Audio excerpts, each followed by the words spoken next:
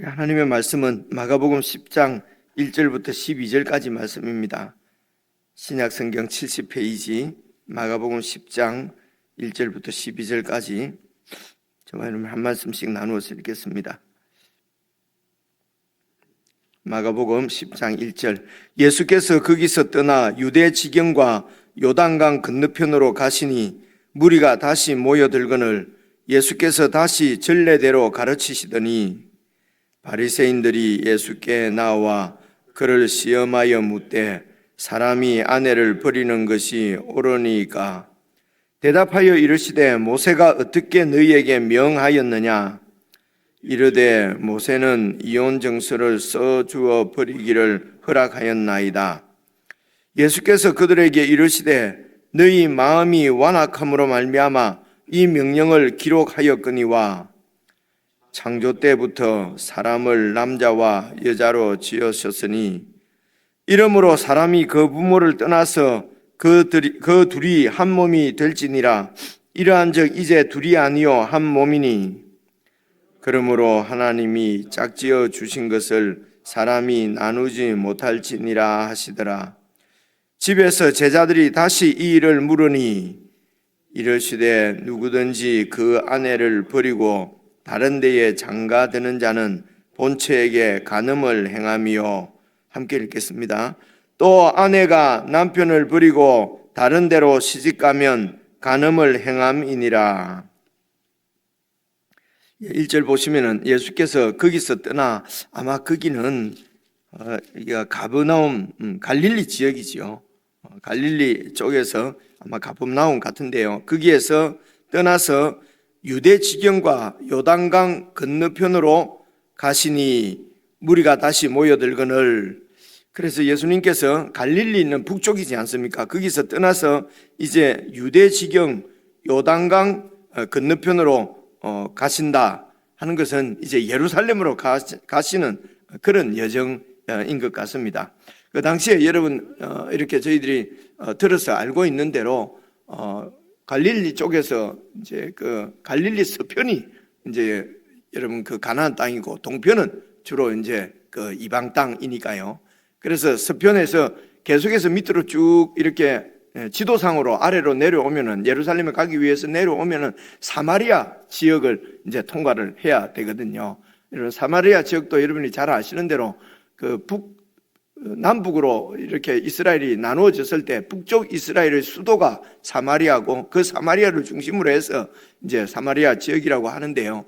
그 북쪽 이스라엘이 여러분 그 밑에 남쪽 유다가 멸망하기 전에 한 130년 전에 먼저 망하거든요. 그러니까 북쪽 이스라엘은 아수르 제국에 의해서 멸망을 하고, 그리고 이제 아수르 제국도 결국은 바벨론에게 망하고 유다 지역은 바벨론에 의해서 멸망하게 되니까 이제 아수르 사마리아 지역은 일찍 이렇게 멸망을 하고 그곳에 이제 아수르의 이런 식민지 정책에 의해서 이렇게 잡혀가기도 하고 많은 이방 민족이 아수르 지역으로 이제 이렇게 들어와서 살면서 그렇게 해서 혼혈이 된 것입니다. 그래서 이 사마리아 지역을 이제 유대인들은 특별히 이제 이곳을 더러운 땅이고 이렇게 이제 그렇게 이해를 하는 것이죠. 그래서 경건한 이렇게 본인들이 생각할 때 경건한 유대인들, 정통 유대인들은 이제 이렇게 여행을 할 때에 사마리아 지역을 이렇게 지나가지 않기 위해서 이제 요단강을 건너서 동편으로 해서 이렇게 다시 요단강을 건너서 이제 갈릴리 지역으로 들어가고, 그리고 갈릴리 지역에서 예루살렘에 올 때도 이렇게 요단강을 건너서 동편으로 쭉 이렇게 내려와서 다시 이제 요단강을 사해 바로 그 위쪽에서 이렇게 요단강을 건너면은 여리고 지역이거든요. 그리고 여리고에서 이제 남서쪽으로 조금 이렇게 한 30km 정도 이래 오면 이제 예루살렘이 있고 그렇습니다. 그래서 이제 여기에 예수님께서 유다 지경과 요단강 건너편으로 가신다 하는 말은 이제 주로 이제 이 요단강을 건너면은 여리고 지역을 지나서 예루살렘으로 가시는 이제 그런 표현이 됩니다. 말씀드리려고 하는 것은 갈릴리 지역에서 요단강을 이제 예루살렘으로 오기 위해서 이제 이렇게 요단강을 건너면은 이제 그쪽을 이제 베레아 지역이라고 그러거든요. 그러니까 베레아 이 지역을 통치하고 그 당시에 통치하고 있었던 그 왕이 분봉 왕이 이제 헤롯인데 헤롯 안디바, 성경에서 안디바라고 그러고요. 보통 이제 일반 이 역사책에서 이제 발음은 헤롯 안티파스라고 그럽니다. 이 안티파스가 이제 이렇게 그 지역을 베레아 지역을 통치하는 왕이었어요. 그래서 이 왕이 이제 자기 아내를 버린 이유가 이제 배다른 다른 동생 빌립의 아내 헤로디아를 이제 취하기 위해서 이제 아내를 버리고 이제 헤로디아를 이제 뺏어서 이렇게 이제 결혼을 한 이런 여러분 우리가 얼마 전에 이렇게 함께 살펴보았는데요. 그렇게 해서 그것이 율법에 어긋난다고 하나님의 뜻에 어긋나고 율법을 어긴 것이라고 이제 그것을 이렇게 지적하다가 사실은 세례 요한이 이제 죽은 것이거든요. 아시는 대로 이렇게 목이 베어서 이제 죽었습니다. 그래서 이제 그 지역을 이렇게 지나서 이렇게 지금 이제 유대 땅으로 이렇게 넘어오는 예루살렘으로 가는 그런 길입니다. 그래서 1절 다시 보시면요. 예수께서 거기서 떠나 유대 지경과 요단강 건너편으로 이제 쭉 가시는데 무리가 다시 모여들거늘 예수께서 다시 전례대로 가르치시더니, 그래서 예수님의 사역 중에 아주 중요한 사역이 여러분 가르치시는 것입니다. 무엇을 가르치십니까? 하나님 나라를 가르치시는 것입니다. 그 하나님 나라는 아시는 대로 우리 요한 1서의 표현에 의하면은 태초로부터 계신 생명의 말씀이 그래서 영원 세계에 계신 하나님이 세상 역사 속으로 들어오셔서 그분이 이제 이렇게 이루신 나라이기 때문에 세상의 나라하고는 완전히 다른 나라거든요. 그래서 그 나라는 하늘로부터 오신 예수님이 아니고는 아무도 모르는 나라입니다. 하늘에 대해서는 예수님밖에 모르십니다. 이 말씀도 예수님께서 직접 하신 말씀입니다. 그래서 하늘에서 내려온 자는 나밖에 없으니 나 외에는 하늘 일을 이야기할 사람이 없다는 것입니다. 요한복음에 나오는 말씀이지요. 그래서 그 하늘 나라를 이제 이렇게 가르치십니다. 그래서 잘 생각해 보시면요, 하나님 나라는 가르치시고 그리고 그 하나님 나라의 주인이 당신인 것을 보여주시는 것이 이렇게 이적을 행하시는 것입니다. 그래서 하나님 나라의 왕으로 오신 것을 보여주시는 우리 사람들이 보고 알 수 있도록 보여주시는 표적이 귀신이 쫓겨가고, 그리고 이렇게 온전치 못한 것이 온전하게 되고, 이렇게 하심으로 당신이 이 하나님 나라의 왕이신 것을 선포하신 것입니다. 그래서 이분의 사역을 딱 줄여서 가르치시고 선포하시고 전파하시고 그리고 이제 귀신을 쫓아내시고 병을 고치시고 하는 이 사역으로 이렇게 딱 여러분 성경에서 특별히 마가복음에서 그렇게 요약해서 예수님이 하신 일을 가르치시고 전파하시고 이렇게 귀신을 쫓아내시며 병을 고치시는, 이것이 예수님께서 오셔서 하신 사역이다, 이렇게 하는 뜻입니다. 이제 이런 말씀들을 여러분 의미를 생각지 않고 그냥 문자를 그대로 하면은 예수님은 이 땅에 병을 고치러 오셨다. 병을 고치러 오셨죠. 병을 못 고치신다는 게 아니고요. 귀신을 쫓아내러 오셨다. 귀신을 쫓아내러 못 쫓아내신다는 말씀이 아니고 병 고치고 귀신 쫓아내는 그것을 통해서 보여주시는 것은 우리를 그렇게 하나님 나라 백성으로 귀신의 통치 가운데서 완전히 벗어나서 예수님의 통치 가운데 살게 하겠다는 것입니다. 병이 들어서 온전치 못한 그래서 결국은 이 세상에 죽고 마는 그런 우리들에게 죄사함을 주시고 영생을 주셔서 하나님과 영원히 사는, 완전히 고침받은 치유되는 회복되는 그런 하나님의 사람으로 구원하시겠다는 말씀이지, 그냥 우리가 이 땅에서 이렇게 그냥 이렇게 병 고침받고 결국은 병들어서 죽는 것이 않습니까? 아무리 고쳐주시도 결국은 병 겹쳐 죽는 것입니다. 그래서 예수님께서 오신 것은 이렇게 선명하게 정말 클리어하게 말씀하면 병 고치러 오신 분이 아닙니다. 그렇죠? 그리고 우리의 귀신을 쫓아내시려고 오신 분이 아니고요, 영원한 생명, 영생을 주시는 분인 그래서 나를 믿으면은 죽어도 살겠고 살아서 살아서 믿는 자는 영원히 죽지 않는 이 구원을 주시려고 오신 것이란 말입니다. 그래서 아니 하나님이 지금은 안 고친단 말이냐, 무슨 은혜가 지속되냐 안 지속되냐, 그런 얘기하는 것이 아니거든요. 아닌데도 이제 우리 사람들은 그 본질적인 것은 자꾸 그 하나님의 의도는 생각지 않고 이제 소위 말하는 이제 문자적으로 겉으로 나타난 그런 것을 가지고 내 편리하게 그냥 해석을 다 해버린단 말입니다. 내 편리하죠. 대표적인 본문이 오늘 같은 이런 말씀입니다. 살펴보시겠습니다. 그래서 이제 가르치십니다. 잘 배우셔야 합니다. 그죠? 교회는 그래서 잘 가르치고 하나님 나라를 잘 배우고, 그리고 그 배운 것을 실제로 우리 삶에서 살아내는 것은 믿음이라고 9장 8장에서 계속 말씀하신 것입니다. 그래서 믿음이 정말 어떤 것이냐, 그냥 믿습니다 하지만은 제가 또 못 나가고 또 말씀을 드리는데, 지금 믿습니다 하지만은 믿지 않고 있는 제자들, 그리고 그 귀신 들린 아이의 아버지 전부 안 믿지 않습니까? 그죠? 근데 믿습니다 말은 하는데 진짜로는 안 믿고 있다는 것입니다. 그죠? 그래서 어떻게 믿을 수 있느냐?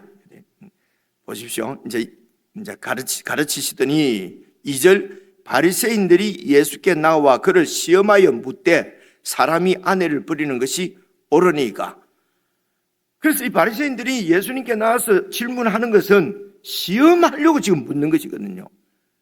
그래서 시험하려고 묻는 것은 이건 참으로 어리석은 것입니다. 그런데 진짜 신앙은 여러분 질문을 통해서 이루어집니다. 자꾸 질문을 하셔야 돼요. 그죠? 하나님이 진짜, 예수님이 진짜 이런 능력이 있냐 없냐, 이런 것을 시험하기 위해서 그걸 긁고 넘어지려고 묻는 것이 아니고요. 정말 이 말씀이 어떤 의미입니까? 이런 말씀을 왜 하셨습니까? 그죠? 이 말씀이 무슨 뜻입니까?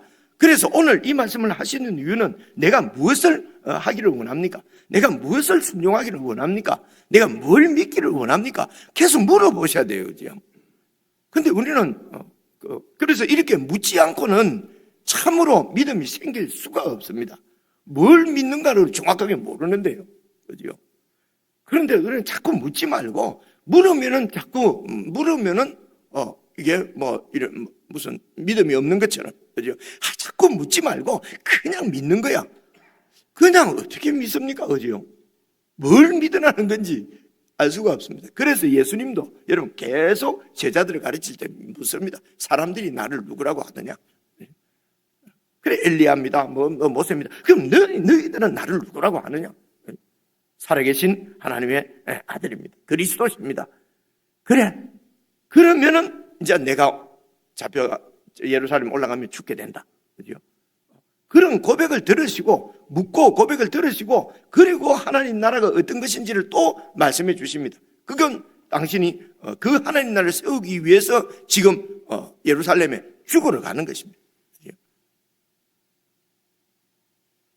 그래서 제자들이 또 이해를 하지는 못합니다. 오늘 말씀도 봐보십시오. 아내를 버리는 것이 옳습니까? 라고 질문하지 않습니까? 예수님이 대답하여 이르시되, 보십시오. 대답이 아닙니다. 다시 한번 보세요. 모세가 어떻게 너희에게 명하였느냐? 또 물으시잖아요. 대답하여 이르시되, 대답은 그러면 그것은 옳으니까, 그러면 옳으면 옳다, 틀리면 틀리다, 이렇게 말을 해야 되는데, 그죠? 근데 예수님께서 대답하여 이르시되 모세가 어떻게 너희에게 명하였느냐? 4절 보십시오. 이르되 모세는 이혼 정서를 써주어 버리기를 허락하였나이다. 여러분, 이들이 바리새인들이 답을 잘한 것입니다. 모세가 이혼 정서를 써서 그 아내를 버리기를 허락했다는 것입니다. 명령한 것이 아닙니다. 이 말씀은 여러분 잘 아시는 대로 그 신명기 24장 1절부터 나오는 얘기입니다. 결혼을 했는데 결혼을 해서 살아보니까 수치스러운, 아내에게서 수치스러운 일이 발견이 되면은 이혼 정서를 써서 내보내라. 그렇게 얘기한 것입니다. 여러분, 신명기를 기록된 모세 시대나 이 당시 그 예수님 시대나 이제 예수님 이 시대는 문화적으로는 그레코 로마 시대라고 그럽니다. 그 당시 문화가 이제 어제도 말씀 잘 들었습니다만은 여러분 명예 수치 문화가 이렇게 지배하고 있던 그것은 그때나 지금이나 마찬가지입니다. 그러니까 어떤 이렇게 지배하고 있고 권력을 가진 자는 명예로운 것이고 높은 자리에서 명예고, 그리고 수치는 그런 권력에 의해서 지배를 받거나 이렇게 아무런 능력이 없거나 힘이 없는 이런 낮은 위치에 있으면 이제 그 수치스러운 것입니다. 그래서 이런 명예나 수치는 어떤 명예는 여러분 태어날 때부터 그냥 가지고 나오는 명예도 있고요. 그죠? 그 혈통을 통해서 귀족 가문에 출생을 한다든가, 태어나고 보니까 종의 아들이고, 뭐 우리 조선시대 때도 있고 지금도 마찬가지지 않습니까? 금수저, 흑수저. 그래서 명예수치 문화는 그레코로만 시대의 그런 대표적인 문화였지만은 사실은 그 시대만의 문화가 아니고 가치관이 아니고 지금 온 세상의 가치가 사실은 그 세상 가치가 그 명예수치의 그런 그 가치가 지배하고 있는 세상에 사실은 우리가 살고 있는 거지요. 그래서 그 명예를 위해서 높은 자리에 올라가지 못하면은 수치스러운 거예요. 그래서 이제 태어날 때부터 가지고 있는 이런 그런 명예도 있고요. 이제 획득된 명예가 있습니다. 그 획득된 명예는 여러분 이렇게 다른 사람으로부터 받는 것입니다. 그래서 여러분 그 노예인데도 그 배너 같은 거 보면은 노예인데도 그 장군의 목숨을 구해주고, 그럼 장군이 입양을 딱 내 아들로 입양을 딱 하면은 완전히 귀족의 그 아들이 되는 것입니다. 이런 것이 지금 보다는 그 당시 그레코 로만 시대 그때는 아주 그런 그 사회 질서 가치가 아주 그냥 셋업 되어 있는 아주 그 강한 시대였다는 것입니다. 그래서 이제 바로 이제 명예 이 자리로 올라가게 되는 것입니다. 또 하나 이 명예를 쟁취할 수 있는 것은 경쟁입니다. 그래서 싸워서 이겨서 그 명예를 획득하는 것입니다. 그래서 그때나 지금이나 사회 구조는 이런 강한 자, 힘 있는 자, 어떻게 하든지 명예를 위해서 내 삶을 완전히 던지는 것입니다. 그죠? 그 명예에 내 삶을 완전히 그냥 불태우는 것이죠. 그렇게 해서 높아지고, 그래서 높아지기 위해서는 꼭 상대를 굴복을 시켜야 되는 것입니다. 상대를 죽이지 않고는 내가 이 명예를 얻을 수가 없는 것입니다. 그죠? 이런 구조가 사회 구조거든요. 이런 그 사회 구조에 의해 갖고 이렇게 인간 문화가 발전한다는 것입니다. 그래서 아무리 대단한 문화, 여러분 바벨론 문화나 이집트 문화는 여러분 이거는 진짜 인류 문명사에 어떻게 그 당시에 여러분 그 피라미드만 생각을 해보십시오. 그죠? 한 3,000년, 3,500년에 있는 그런 피라미드인데 지금도 그런 피라미드를 지금처럼 기둥가 있는 것도 아니고 말입니다. 그런 걸 어떻게 만들었겠어요? 여러분 피라미드, 이집트에 있는 피라미드이 뭡니까? 왕 무덤이거든요. 왕 무덤 만드느라고 노예들이 얼마나 많은 살아있는 노예들이 죽었는지 모릅니다. 그죠? 이런 세상에서 피라미드를 팍 세워놓으면 이야 대단하다 온 세상은 대단하다고 칭송하는데 교회는 그것을 대단하다고 하면 안 되거든요. 저것은 좋은 약자의 피를 자신의 명예를 위해서 수많은 사람들을 희생시키고 이렇게 명예를 세운 거예요. 그럼 그건 하나님 나라 아닌데 말입니다. 그래서 그런 명예를 획득하면은 하나님 나라라는 거죠. 하나님의 축복이라는 거죠. 옆으로 빠져버렸는데요. 참 답답해서 하는 얘기입니다. 그러니까 의미나 의도를 정확하게 생각지 않고 예수님이 하신 의도, 그죠? 의미. 그래서 여러분 어제도 그제도 어린아이는 그 당시 명예와 수치의 문화에서 가장 이렇게 하층구조, 가장 수치스러운 그런 자리가 어린아이입니다. 그리고 여자입니다. 그리고 종입니다. 그래서 고아와 과부는 완전히 이 세상 수치와 명예와 수치의 이 가치가 지배하는 세상에서는 아주 수치스러운, 이게 고아와 과부가 여자고 다 그런 것입니다. 그렇죠? 그래서 그런 어린아이 하나를 세우고 이 어린아이 하나를 영접하는 자가 나를 영접하는 것이다. 이게 하나님 나라는 것입니다. 세상 나라는 이런 어린아이는 무시하고 힘 있는 자 이기기 위해서, 그래서 왕도 다른 나라에 지면은 수치스러운 것입니다. 이기면은 그 왕은 개선장군이 되는 것입니다. 그래서 사회는 어떻게든지 이기기 위해서, 그죠? 그래서 우리가 부자가 되려면은 막 부자 나라가 되려고 그러면 큰 기업을 더 부자되게 해줘야 된다. 여러분 정치하는 분들은 그렇게 할 수 있습니다. 그런데 교회 목사가 그렇게 설교하면 안 되는 것입니다. 성경이 그렇게 반대로 말하고 있기 때문에요. 죄송합니다. 근데 멍청하게 예수님 말씀을 잘 이해를 못하니까 그 명예를, 세상이 말하는 명예를 갖는 것이 진짜 명예인 줄 알고. 그래서 예수님이 높아지려면, 참으로 명예로운 자가 되려고 하면은 완전히 하층을 섬기는 꼴찌가 돼야 명예다. 완전히 이런 세상 질서를 뒤집어 엎는 것이 이게 하나님 나라거든요. 우리가 그렇게 살지는 못한다 할지라도 이것이 하나님 나라인 것을 분명히 알아야 그 길로 갈 것 아닙니까? 그죠? 근데 거꾸로 하나님 나라가 막 높아지고 막 이런 세상이 말하는 명예를 획득하는 것이 하나님 나라라고 자꾸만 생각을 하니까 거꾸로 가는데요. 그죠? 예수님의 말씀이 들어올 리가 없지요. 설명만 하고 가려고 했는데요. 그래서 모세가 어떻게 명하였느냐 하니까 모세는, 그래서 그때나 지금이나 여러분 아내가 이혼을 요구할 권리조차 없었어요. 그래서 여자가 남자를 버린다는 것은 이게 말은 되지만 구조상으로 없던 때입니다. 남자가 여자를 버리는 것입니다. 그래서 그냥 버림을 받으면은 이 여자는 살아갈 수 있는 방법이 없습니다. 그래서 모세가 이혼 증서라도 써서 내보내야 됩니다. 그러면 합법적으로 이혼을 했기 때문에 다른 사람에게 결혼을 해서 또 살아갈 수가 있는 것입니다. 그래서 바리새인들도 그렇게 얘기하지 않습니까? 그죠? 바리새인들도 모세가는 어떻게 얘기했냐? 그 이혼에 대해서. 그러니까 이혼 정서를 써서 보내기를 허락을 했습니다. 허락입니다.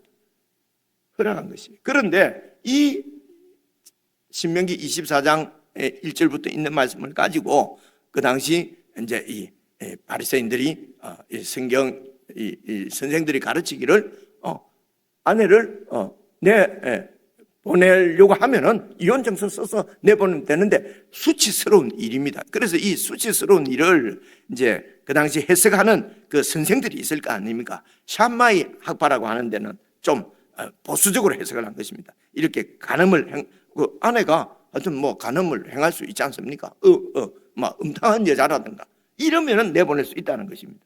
근데 가마리엘 학파라고 또 있습니다. 또 다른 율법 선생은 수치스러운 일을 좀 더 넓게 보는 것입니다. 넓게 봐가지고 요리를 잘 못한다든가 그러면 남편이 얼마나 수치스럽습니까? 그러면은 이혼 정서 써서 내보낼 수 있다는 것입니다. 그리고 결혼을 딱 했는데 우와, 더 매력적인 여자가 나타난 거예요. 나를 수치스럽게 만든 거야. 이 못난 죄송합니다. 여편 때문에. 그러면은 내가 수치를 당했어. 그러면은 이혼 정서 써서 내보낼 수 있는 거예요.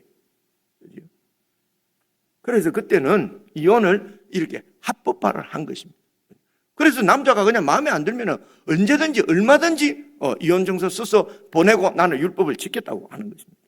그래서 여러분 그 당시 헤롯 안티파스도 이는 그 유대인도 아니지만은 그래서 자기가 원하는 아내를 얻기 위해서 동생 아내를 뺏어오고 그래서 그 다른 여자를 사랑하기 위해서 사랑하기 위해서 본체를 버리는 일도 여러분 이게 율법적으로도 맞는 거예요. 율법을 어긴 게 아니에요. 그래서 부모를 복양하지 않으면은 사형인데도 부모 복양할 것을 가지고 하나님께 바쳤다라고 고르반이라고 하기만 하면은 부모 복양을 안 해도 된다고 가르치는 게 그래서 예수님께서 그때도 말씀하시기를 너희가 사람의 전통을 지킨다고. 이 사람의 전통은 인간의 탐욕입니다.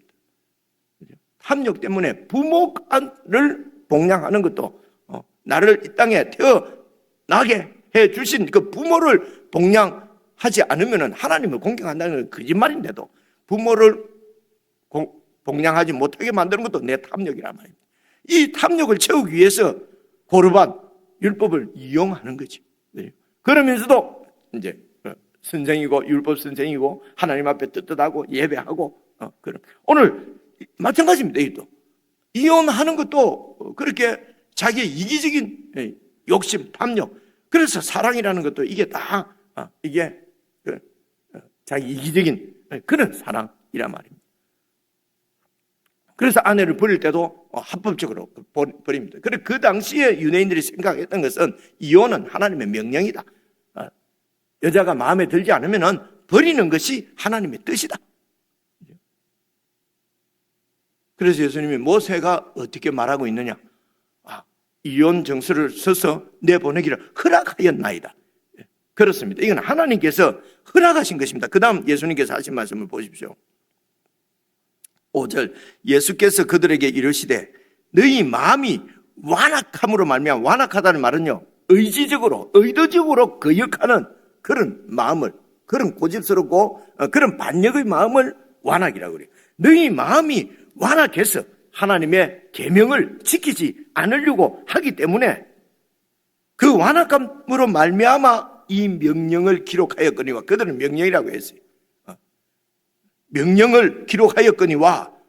그런데 6절, 창조 때로부터 사람을 남자와 여자로 지으셨으니 이러므로 사람이 그 부모를 떠나서 그 둘이 한 몸이 될지니라. 이러한 적 이제 둘이 아니요 한 몸이니 그러므로 하나님이 작정해 주신 것을 사람이 나누지 못한다. 여러분, 이혼이 원래 하나님의 의도는 이혼하는 것은 안 되는 것입니다. 그렇죠? 원래 하나님의 의도는. 그런데 인간의 완악감 때문에, 그렇죠? 완악감 때문에 자기의 그 욕망 때문에 아내를 버리고 자꾸 이러니까, 그러니까 아내를 버리니까 버려진 아내는 너무 피해를 입으니까 그것은 그냥 허락을 해준 것입니다. 그렇죠? 허락을 해주되 그 당시에 그 여인의 그 앞으로 살아갈 길은 열어줘야 된다는 것입니다. 소위 인권을 보호하는 것이, 그게 이혼 정서를 써서 주시는 것입니다.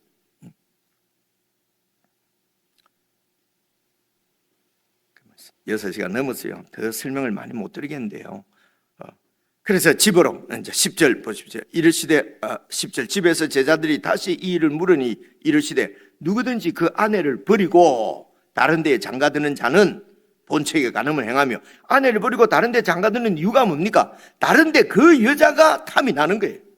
그래서 그 여자와 합법적으로 결혼을 하기 위해서 아내를 버리는 것입니다. 그래서 아내를 버리고 이혼 성서 딱 써주고, 그리고 그 새로운 좋은 내 마음에 드는 여자와 결혼을 했어요.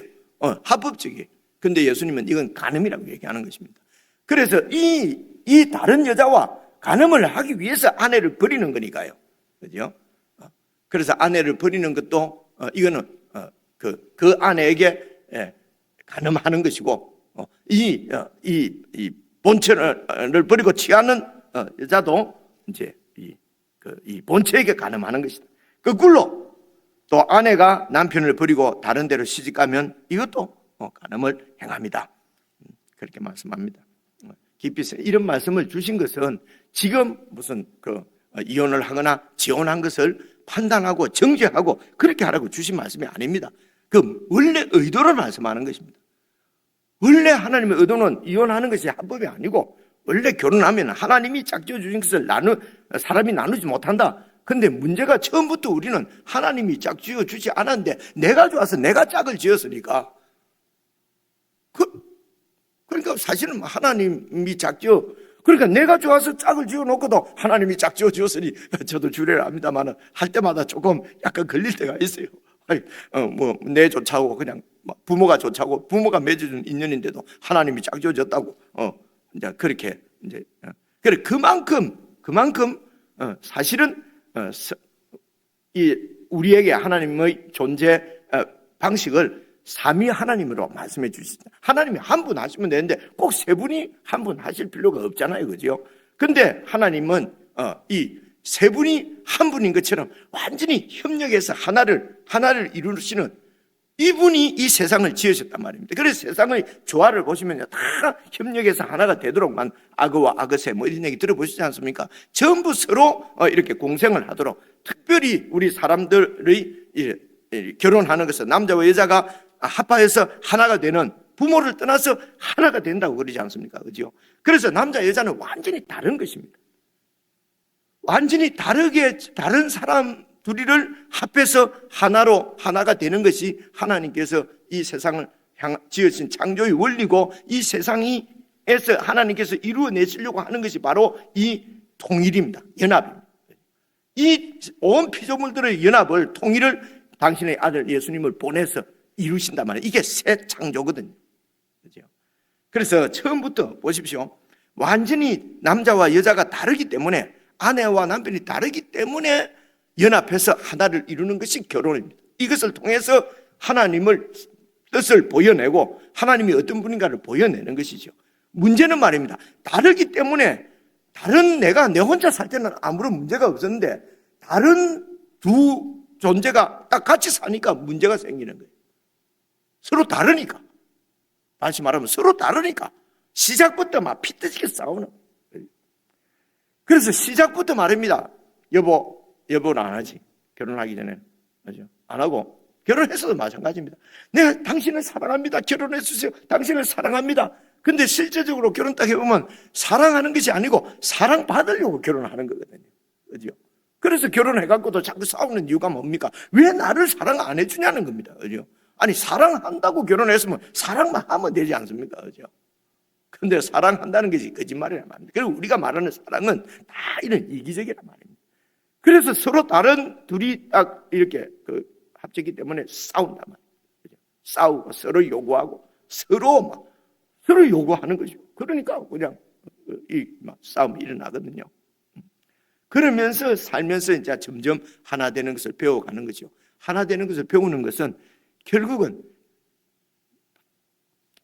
결론적으로 말하면 결국은 십자가입니다, 여러분. 내가 죽지 않으면은 여러분 혼자 살 때는 아무런 문제 없어요. 뭐 피해버리면 되니까요. 그러니까 결혼이 아니면은요. 결혼 밖에서는 아무런 문제가 없어요. 막 피하고 안 만나면 끝이잖아요. 그런데 결혼을 하면 안 만날 수가 없잖아요. 그죠? 그래서 서로 다른 둘을 합해서 온전한 하나를 이루는 것이 이게 세상을 창조하신 하나님의 그 의도십니다. 의도. 그죠? 근데 다른 둘이가 만났으니까 싸운단 말이에요. 그래서 그 다른 둘이가 온전한 하나를 이루는 것은 자기 부인, 자기 죽음이 사실은 가정에서부터 이루어지는 것입니다. 그래서 다르기 때문에 성격 차이로 이혼한다. 서로 다르기 때문에 이혼한다. 라고 하는 것은 십자가를 피하겠다는 말씀이 되고요. 그런데도 인간들이 완악하기 때문에 너무 일방적으로 여자가 피해를 입고 요새 시대는 여자만 피해를 입는 게 아니라 남자도 피해를 입죠. 여자도 막 이렇게 그런 경우가 지금 많으니까요. 그죠? 옛날에는 이제 여자 쪽에서는 그렇게 하기가 힘들었어요. 이 시대가 지금 다른 시대지. 어쨌든 이렇게 너무 피해를 입고 괴로움을 당하면은 그럼 이혼할 수도 있다는 것입니다. 그죠? 할 수도 있습니다. 이건 시작부터 잘못. 그럼 이제 이혼할 때 어떤 마음으로 할 것인지, 왜 할 것인지, 그저 내 이기적인 욕심 때문에 그저 견디지 못해서 그냥 쉽게 이혼해 버리고 하는 건 아니라는 것입니다. 근데 맨날 두드려 맞는다든가, 그렇죠? 맨날 폭력을 휘두른다, 맨날 막 알코올 중독이라, 어떻게 한다, 어쩌자. 그러니까 도저히 그것도 다 품고 다 이래 할 수 있으면 좋은데 그게 정 안 되면은 이혼할 수도 있습니다. 그래서 지금 이혼을 정지하거나 무슨 재혼을 이 말씀 읽어보면 재혼한 것도 간음이라고 되어 있잖아요, 그죠? 신명기도 읽어보면 그런 식으로 말씀이 나요. 그런 것을 정죄하거나 판단하려고 하는 것이 아니고요. 원래의 의도를 우리가 자꾸 놓치고 그렇게 그냥 세상 가치관으로 성경을 해석해서 그냥 그렇게 이렇게 하는 것은 내 이기적인 욕심, 욕망을 위해서 탐욕 때문에 그냥 말씀을 이용하는 그런 바리새인들의 이런 악을 예수님께서 지적하시는 것이고, 그럼 그것을 극복하는 것은 예수님을 믿는 믿음이거든요. 실제로 믿어야 됩니다. 이 부분은 믿음을 계속 말씀하시기 때문에 앞으로 계속 저와 여러분이 이렇게 생각하고 또 이렇게 해야 될 일이고요. 그래서 묵상을 하실 때도 자꾸 질문을 하나님 앞에, 사람한테 질문하면 사람 답은요, 이게 온전하지 못할 때가 많습니다. 주님 앞에 질문을 하시면서 그렇게 이런 묵상을 하시면은 정말 말씀의 원래의 의도대로 그렇게 살아갈 수 있을 거라고 생각이 듭니다. 개인적으로 묵상하시겠습니다.